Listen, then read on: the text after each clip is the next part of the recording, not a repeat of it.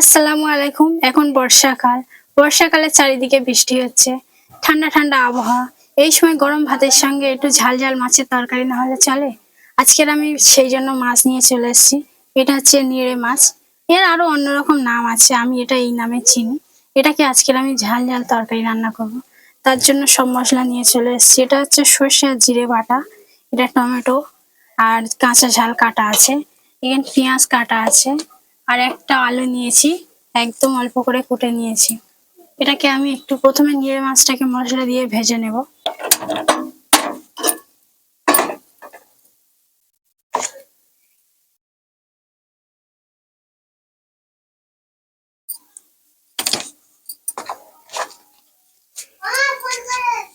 আর লঙ্কার গুঁড়ো অল্প করে দিচ্ছি, দিয়ে ভালো করে এটা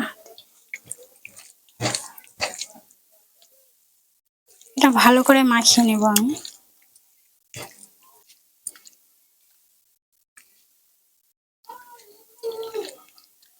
ম্যারিনেট করে ভাজলে কিন্তু খুব সুন্দর লাগে।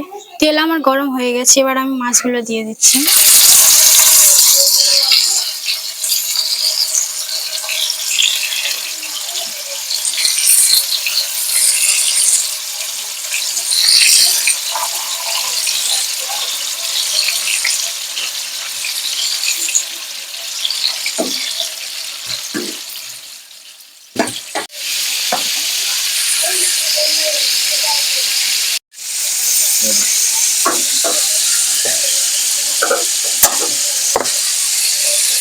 মাছটা আমি এপারে দিয়ে দিচ্ছি অন্য গ্যাসে।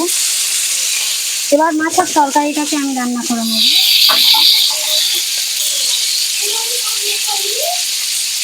এবার ওই পেঁয়াজটাকে দিয়ে দিচ্ছি।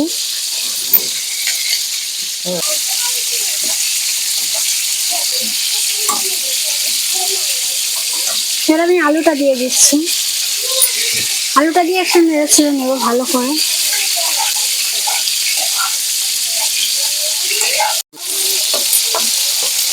আলু আর পেঁয়াজটা একটু লাল লাল হয়ে এসছে। এবার আমি টমেটো আর কাঁচা ঝালটা দিয়ে দিচ্ছি।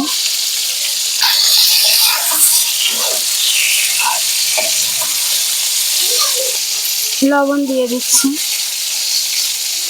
লঙ্কা আর হলুদের গুঁড়ো, আদা রসুন বাটা দিয়ে দিচ্ছি, আর এটা সর্ষে আর জিরে বাটনা দিয়ে দিচ্ছি।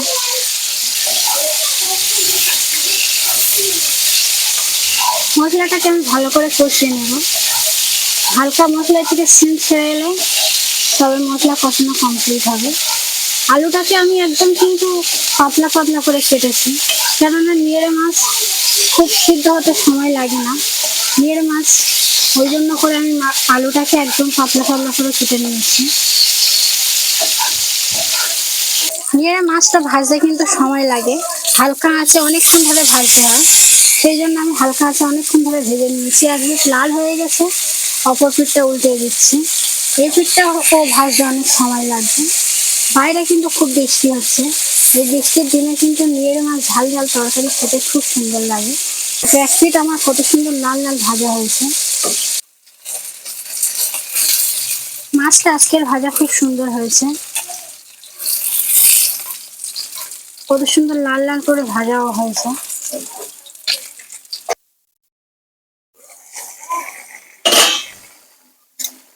মাছের জন্য তরকারি কিন্তু আমার কমপ্লিট। এবার আমি মাছগুলো দিয়ে দেব।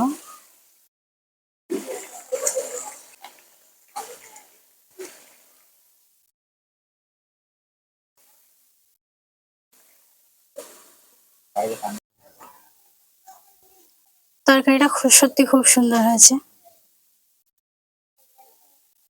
ভিডিওটা কেমন লাগলো অবশ্যই জানাবে, আর ভিডিওটা ভালো লাগলে অবশ্যই একটা লাইক করে যাবে। নতুন নতুন ভিডিও দেখার জন্য আমার চ্যানেলটাকে সাবস্ক্রাইব করে রাখবে। আজকের এই পর্যন্ত।